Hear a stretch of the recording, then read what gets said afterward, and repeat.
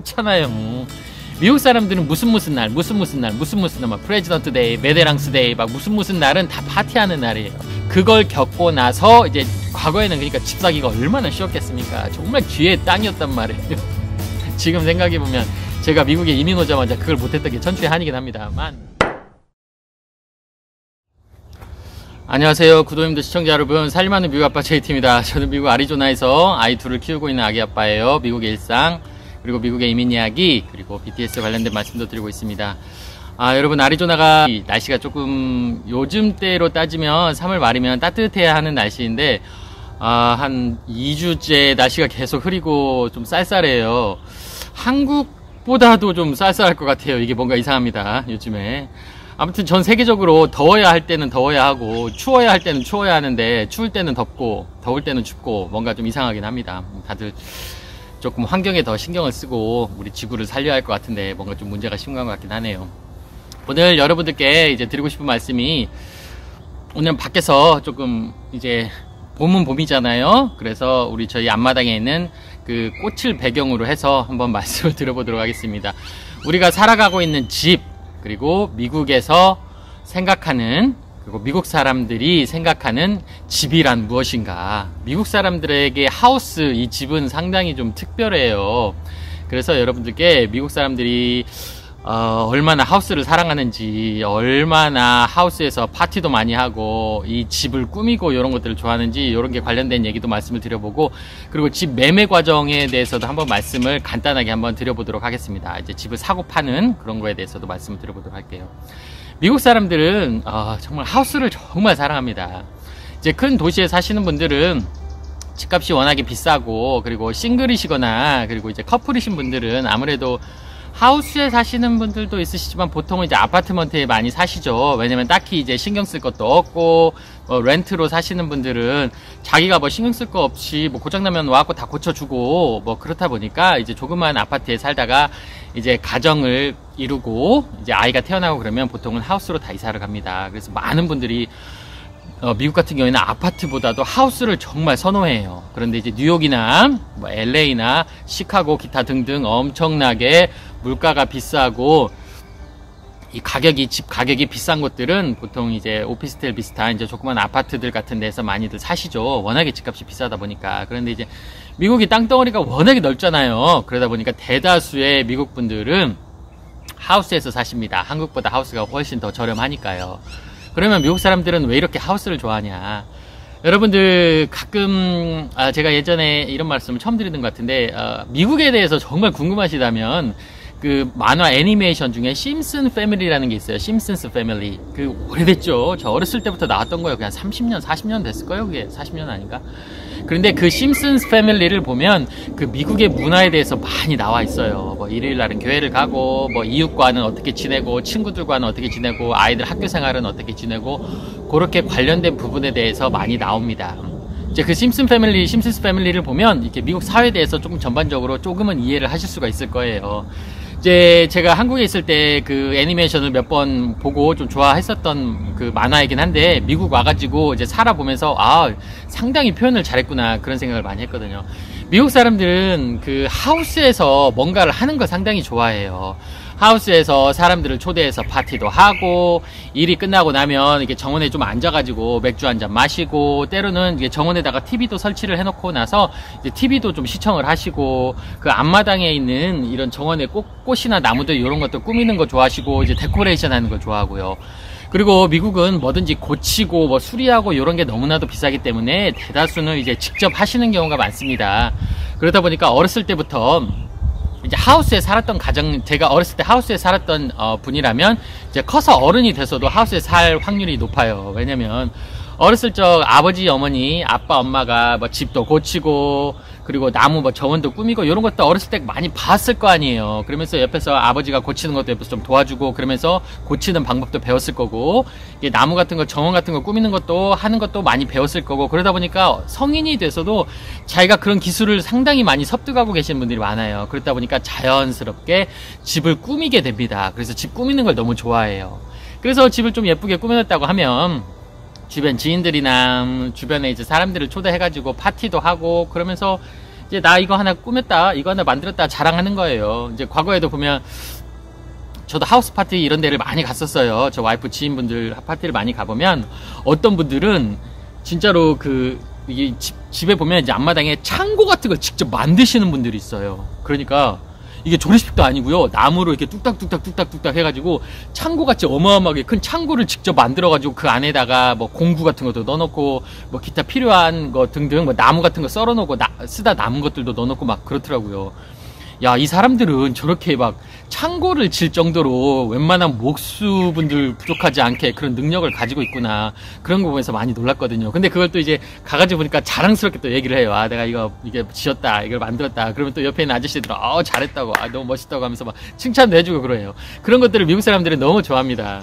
그리고 한국 분들처럼 뭐 밖에 나가서 뭐 회식하고 일 끝나고 뭐 사람들하고 레스토랑이나 식당 같은 데 가가지고 뭐 소주 한잔 마시고 그런 분위기가 그렇게 많지가 않아요.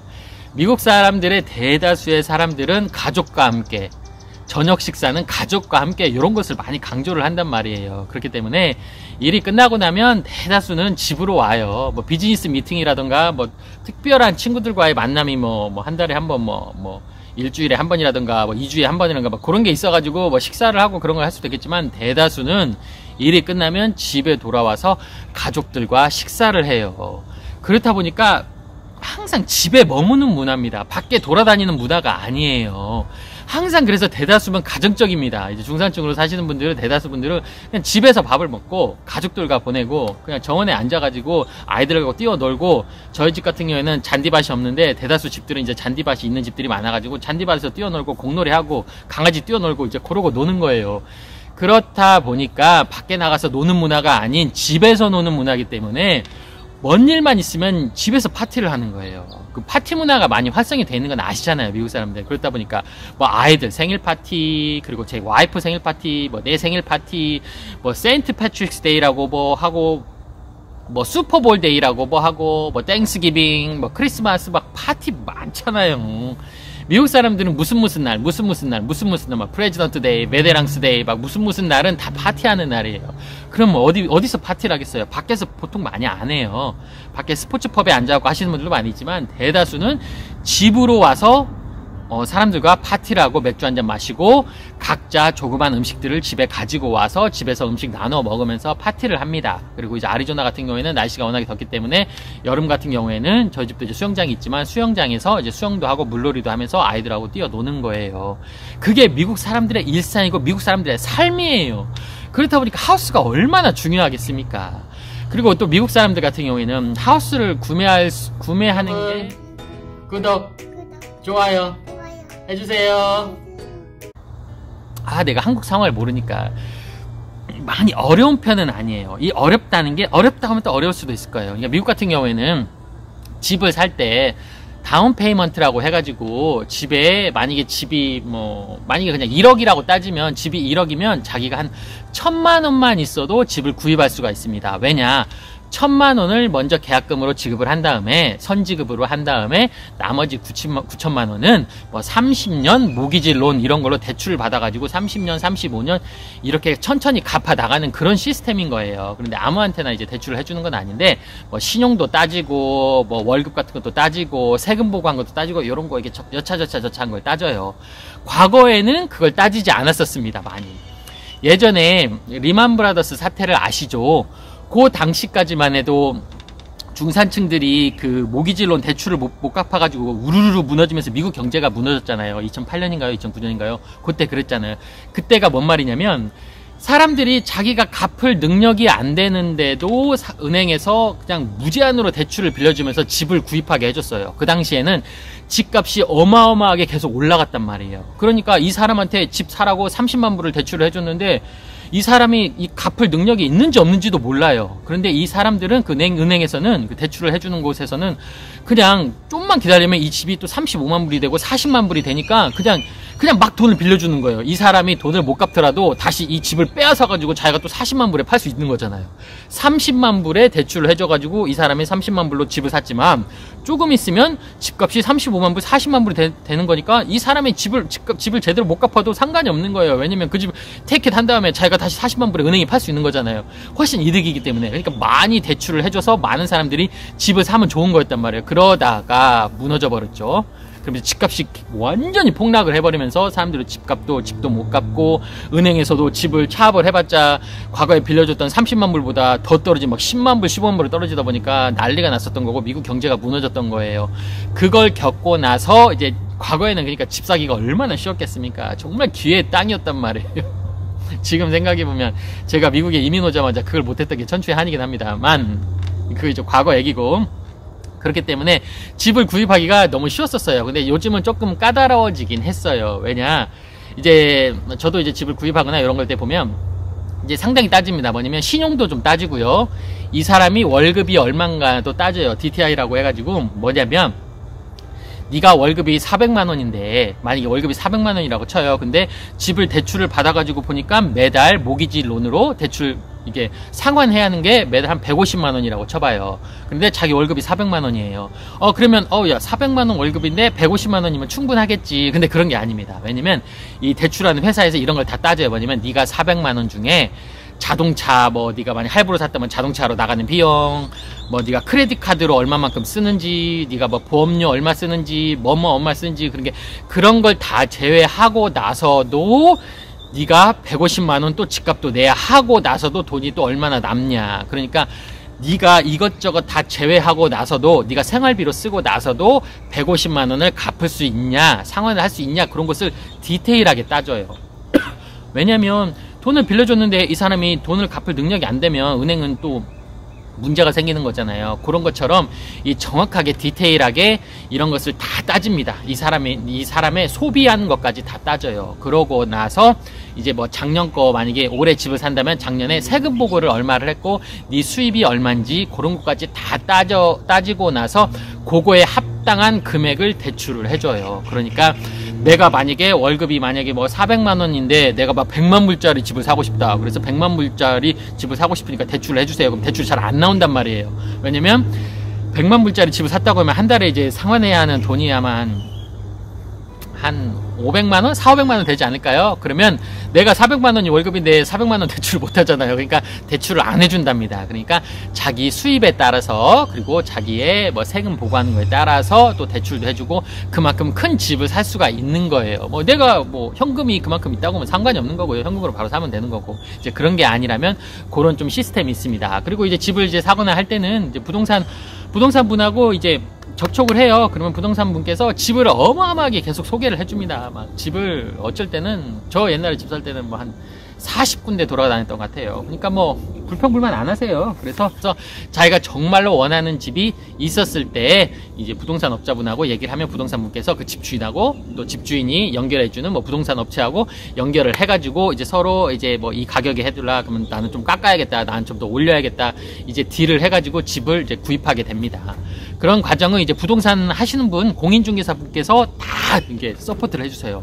여기 공인중개사 분들은 한국도 뭐 그렇겠지만 엄청난 역할을 해주세요. 저도 이제 공인중개사 자격증이 있긴 있는데 역할이 너무 많아요. 할 일이. 왜냐면 집을 어마어마하게 소개를 시켜줘야 하고, 보통 이제 직장 다니시는 분들은 자기 집 소개를 받으려면 주말을 통해서 많이 집 소개를 받는데, 그러면 주말에도 쉬지를 못하는 거잖아요.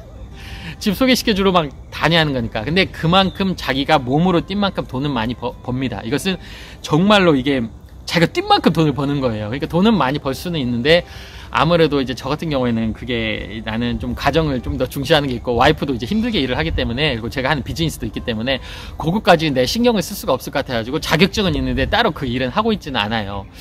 제가 이게 집을 구입하면서 좀 디테일한 부분이 있는데 그 말씀을 드리려면 시간이 너무 오래 걸릴 것 같아가지고, 제가 개략적인 뭐 어떤 기준 조건이 돼야 집을 좀 은행에서 대출을 받을 수가 있고, 이제 부동산 공인중개사 분께서 이렇게 디테일하게 모든 걸 다 해줘요. 솔직히 말씀드리면 완전히 플랜까지 다 짜 주셔가지고 다 해줍니다. 공인중개사 분께서. 그리고 역할을 정말 중요해요. 공인중개사 분께서. 그 부분은 내가 또 이제 기회가 된다면 다른 영상에서 한번 좀 더 디테일하게 한번 말씀을 드리도록 하겠습니다. 오늘은 여러분들께 미국 사람들이 하우스를 얼마나 사랑하는 건지, 미국 사람들은 파티를 너무 좋아하다 보니까, 그리고 밖에서 막 술 먹고 밖에서 놀고 이런 문화보다도 미국 사람들은 무조건 집이다. 일 끝나면 집에 와서 가족들과 식사를 하고, 또 뭐 특별한 날 있으면 무조건 사람들 집에 초대해서 파티를 한다. 파티 문화다. 그렇다 보니까 집을 꾸미는 것도 좋아하고 그리고 하우스를 너무나도 사랑하는 사람들이다. 그 말씀을 한번 들어봤습니다. 그러면 저는 다음 영상에서 더 좋은 주제로 또 다른 주제로 찾아뵙도록 하겠습니다. 살림하는 미국아빠 JT였습니다. 감사합니다. 보셨다면 좋아요, 구독 부탁해요.